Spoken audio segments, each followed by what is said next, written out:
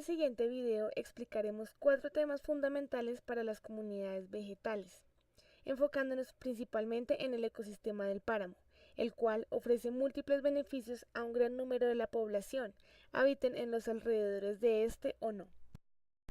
Los 4 temas son el suelo y la nutrición mineral, la fotosíntesis en relación a la energía lumínica, la distribución y la partición de los asimilados y la dinámica de crecimiento vegetal.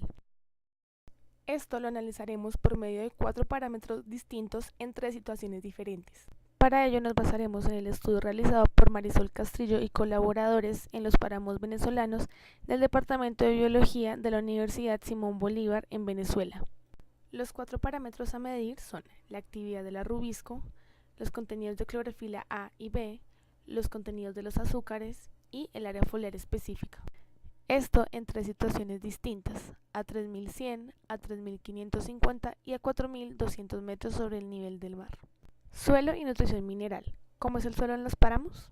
Los factores de formación sumados a los procesos edáficos, los cuales dan paso a complejas reacciones como transformaciones de hierro, síntesis de minerales arcillosos, derivación de cenizas volcánicas, acumulación de materiales orgánicos y oscurecimiento del suelo por sustancias húmicas, sumado a las condiciones exteriores propias de este ecosistema, como lo son los fuertes vientos, los relieves quebrados, los procesos erosivos, temperaturas bajas, heladas frecuentes, lloviznas, nubosidad y niebla densa y poca luminosidad, entre otras, le han conferido al páramo las siguientes características generales: alta susceptibilidad al deterioro, bajos niveles de fertilidad, acidez marcada, alta retención de humedad, escaso desarrollo genético, bajas temperaturas edáficas y alta pedregosidad. Y si bien en el páramo existe precipitación suficiente para la alteración y transformación de los minerales y a su vez la acción de microorganismos, fundamental para los procesos de mineralización y humificación del suelo, se llevan a cabo, por las condiciones del páramo se habla de una evolución lenta en los procesos que allí toman lugar y se clasifica a este ecosistema no apropiado para uso agropecuario. Por esto, la función esencial del páramo, junto con otros ecosistemas altoandinos, es la de regular el recurso hídrico y proteger los nacimientos de las fuentes de agua. Por otro lado, en términos de la energía lumínica, fundamental para entender los procesos fotosintéticos, en el páramo sucede de la siguiente manera. Por estar los páramos ubicados en la zona intertropical del globo terrestre, el Sol influye de manera más directa y perpendicular a lo largo del año, recibiendo este ecosistema radiaciones solares supremamente elevadas de forma general. A su vez, la radiación total y la radiación ultravioleta aumentan a mayor elevación. La temperatura está directamente relacionada con la variabilidad de la luz, puesto que los cambios espontáneos en la incidencia de la luz producen pérdida o adquisición de calor en el ambiente.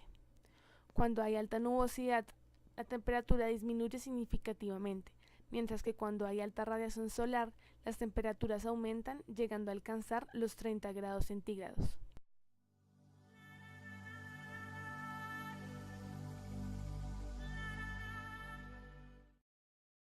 La Speletia schultzi es una planta endémica de los Andes venezolanos. Sus poblaciones están distribuidas entre los 2.600 hasta los 4.200 metros sobre el nivel del mar. Se diferencian principalmente por el grado de resistencia a la sequía, y se sabe que sus procesos metabólicos continúan por temperaturas por debajo de los 0 grados centígrados.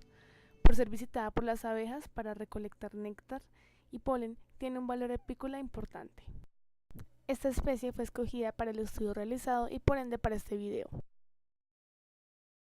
La enzima ribolosa bifosfato es la enzima más abundante de la biosfera. Constituye alrededor del 50% de la proteína soluble de las hojas de las plantas. Es la variable interna de mayor influencia sobre la fijación de CO2 y a su vez cataliza un proceso opuesto al de la fijación que se conoce como fotorrespiración.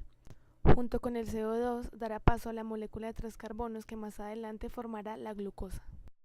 En el estudio realizado se obtiene que la población ubicada a 4.200 metros sobre el nivel del mar presenta una mayor actividad de esta enzima, seguida por la población a 3.550 y a 3.100, las cuales no muestran diferencias significativas entre ellas.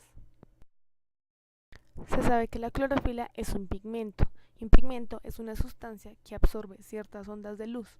Su color se define por la longitud de onda que no es capaz de absorber. En las plantas encontramos la clorofila A y B, que le dan la capacidad de absorber la luz y de convertirla en energía química. La diferencia entre la clorofila A y B es a nivel químico y es suficiente para causar un cambio notable en el espectro de absorción de esta molécula, así como en la coloración. La clorofila A es verde azulada, mientras que la clorofila B es de color verde amarillento. En la medición de este parámetro, en las 3 poblaciones altitudinales, se obtiene que los contenidos de clorofila presentan una leve tendencia a la disminución con la altura.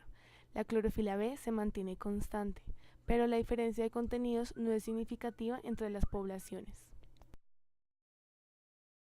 De los azúcares sabemos que son largas cadenas de glucosa, son el resultado del proceso de la fotosíntesis y son fundamentales para el crecimiento vegetal. Se transportan por medio del floema desde las hojas maduras a las estructuras y órganos de crecimiento y almacenamiento. Se originan en la fase de reducción, en donde la molécula de 3 carbonos precedente, más el ATP más el NADPH, originan la glucosa. En la medición de este tercer parámetro, se obtiene que se presenta un notable aumento en el contenido de azúcares con la elevación en las 3 poblaciones altitudinales de Speletia-Schulze, principalmente el azúcar de la sacarosa. El área foliar específica es una medida que expresa la capacidad de la estructura foliar para interceptar la radiación solar, y se obtiene que esta medida disminuye a medida que aumenta el gradiente altitudinal. Otros autores citados demuestran con estudios previos una reducción en el tamaño celular y de los espacios intercelulares a medida que aumenta el gradiente, y además un aumento en el número de células hasta un valor constante. Basados en los resultados se llegan a las siguientes conclusiones. Para el primer parámetro se concluye que la diferencia de la actividad de la enzima entre las poblaciones puede deberse a una necesidad de mayor actividad metabólica para las que están en el gradiente más elevado, para crear adaptaciones en respuesta a la intensa radiación solar, que sabemos se intensifica a medida que aumenta el gradiente altitudinal. La formación de pubescencia es un ejemplo de estas adaptaciones para proteger tejidos internos y evitar la fotooxidación. Para el segundo parámetro se le atribuye la diferencia no significativa de los contenidos de clorofilas entre las poblaciones al evento mencionado anteriormente, el efecto de la pubescencia.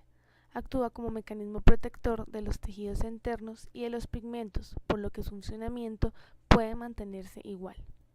El aumento significativo de los azúcares en las poblaciones de mayor altitud se asocia, citando autores previos, con una función crioprotectora y de ajuste osmótico para hacer frente al estrés por enfriamiento y déficit hídrico que sucede en los páramos.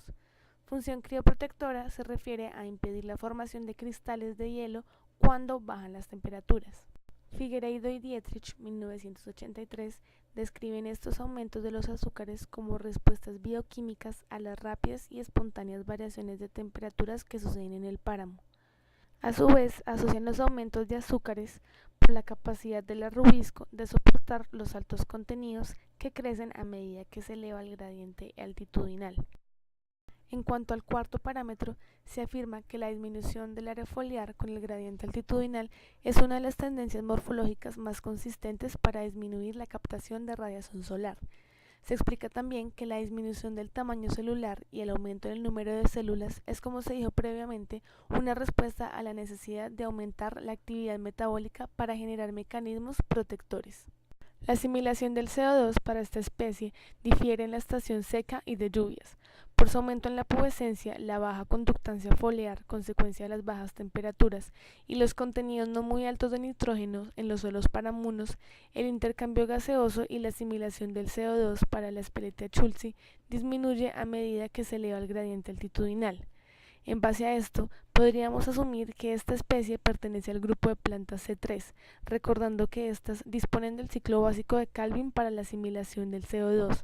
Suelen ser plantas de climas templados, fríos y húmedos, y su tasa fotosintética es media en relación con las plantas C4 y CAM. Para terminar y hacer referencia al último tema base sobre la dinámica y el crecimiento vegetal, definiremos crecimiento basados en los conceptos vistos como cambios cuantitativos, cambios de tamaño de una célula, órgano u organismo que ocurren a lo largo del desarrollo.